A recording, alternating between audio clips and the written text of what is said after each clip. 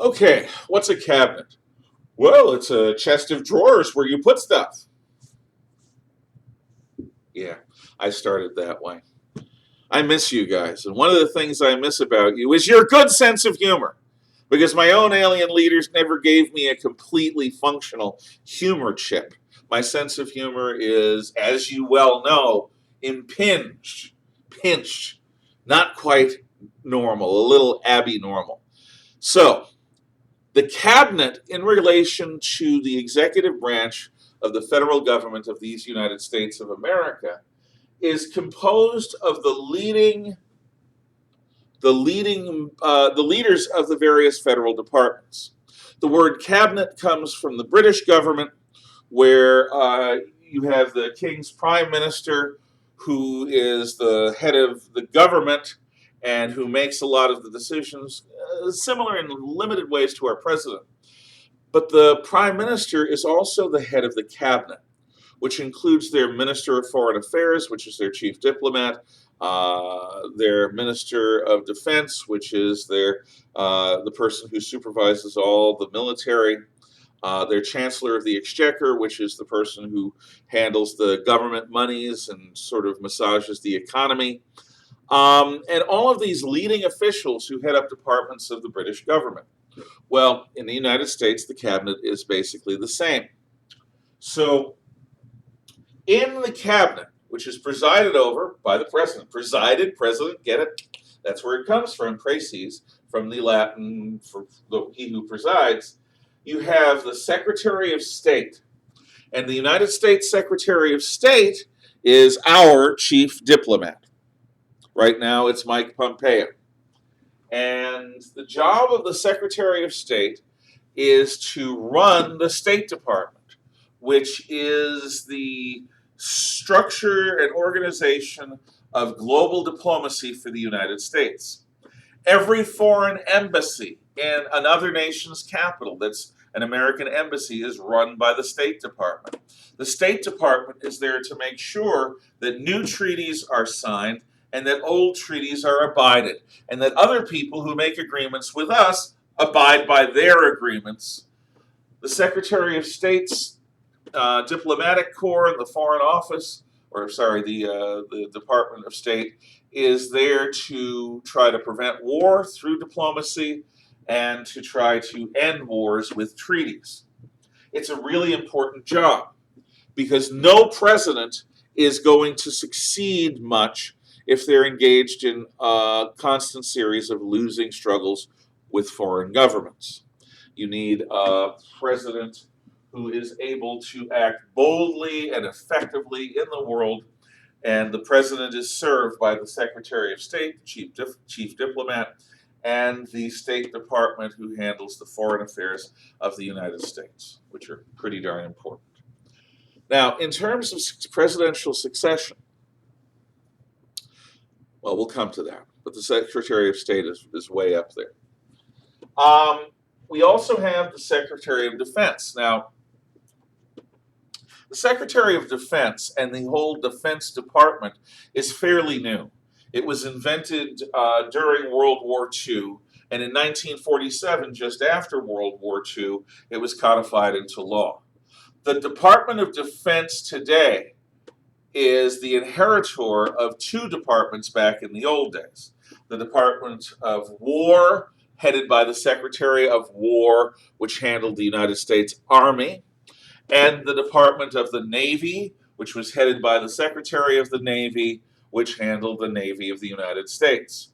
When air power was developed early in the 20th century, the Army had an Air Force and the Navy had an Air Force. The Navy also controls the U.S. Marine Corps, and so there's that. The Coast Guard, my gosh, I should know this. I think it's now under Department of Defense, but I think at one time it may have been under the Department of the Treasury.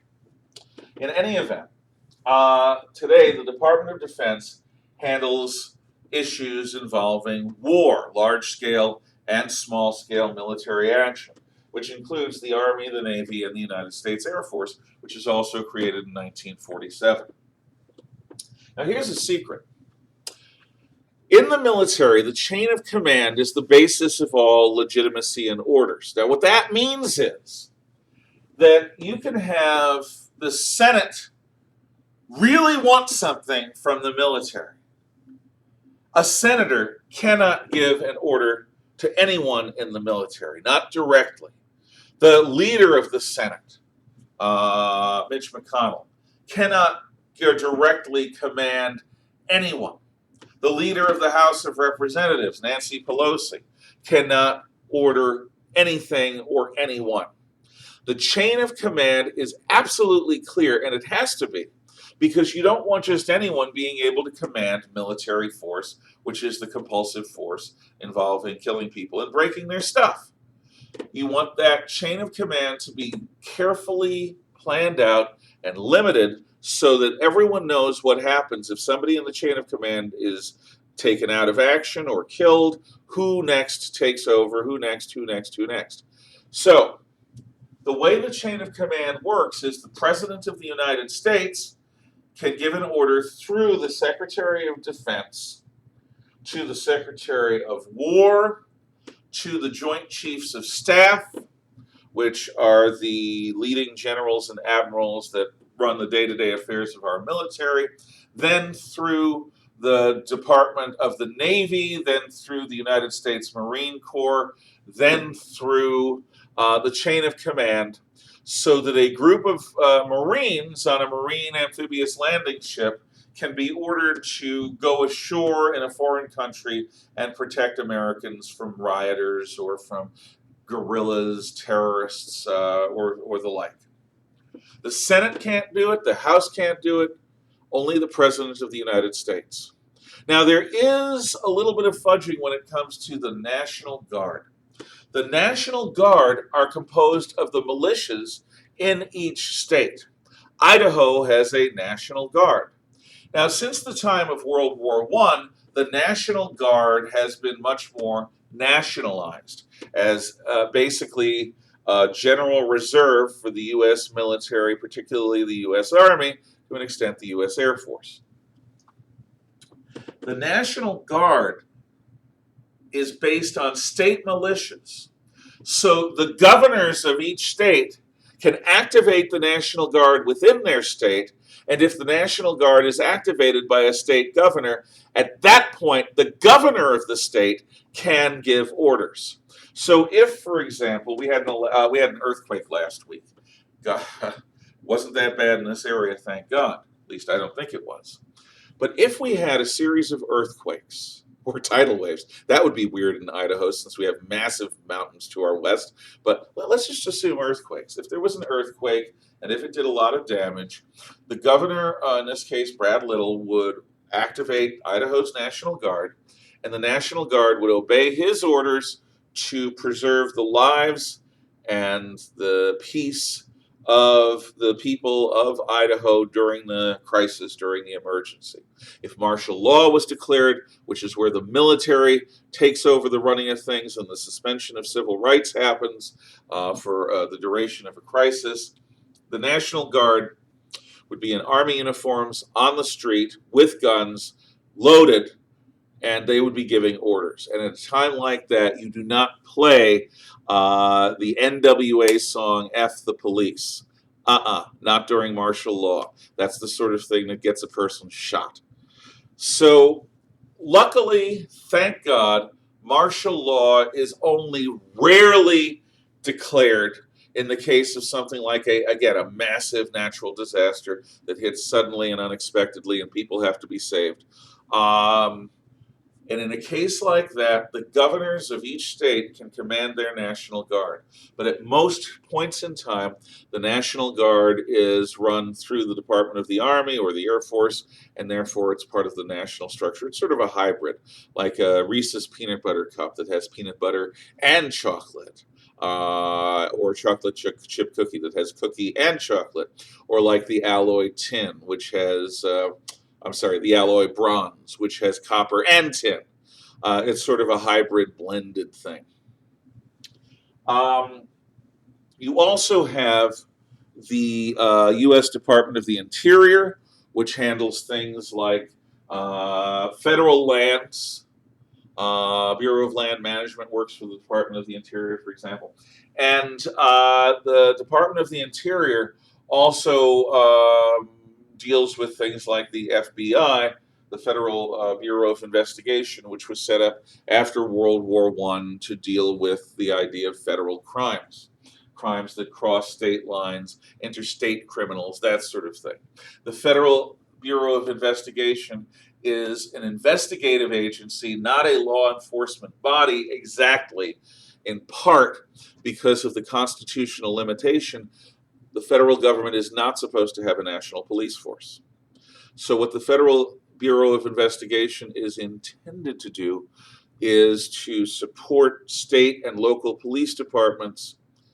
In fact, they can, and often do, take over investigations and cases from various state and local police departments, but usually they have to work in conjunction with, they can't work separately from, because again, the federal government is not empowered to have a national police force.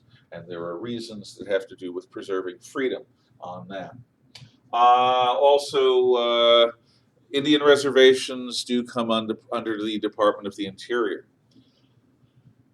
And you have the Department of the Treasury, which handles the making of money, the preventing of counterfeiting, and it also runs the Secret Service of the United States, and it was one of the origins of the U.S. Coast Guard. Part of the U.S. Coast Guard was the Treaty Cutter Service, which watched people coming into and leaving the country by sea, making sure that they were obeying American trade and tariff laws. So, Department of the Treasury runs money, but also handles the Secret Service, which are the bodyguards of the presidency. But we've got other departments all over the place. And as time has gone on, more and more departments have been set up, including in the late 1970s, the Department of Energy was set up by President Carter, and the Department of Education in the late 1970s was set up by President Carter. So the federal government has taken upon itself additional, perhaps extra constitutional responsibilities. And when it does this, the way it does it is it creates a bureaucracy in order to handle that responsibility. And that's what these federal departments are. And the cabinet is the collected leaders of each of these departments. There are rarely full cabinet meetings because you'd have 50 or 60 people there.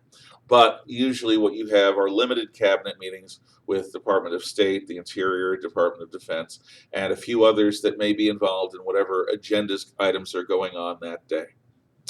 So that's an introduction to some of the federal systems. But in fact, that's just the official story. Next time we'll talk about how power really happens unofficially in the executive branch of the federal government of the United States of America.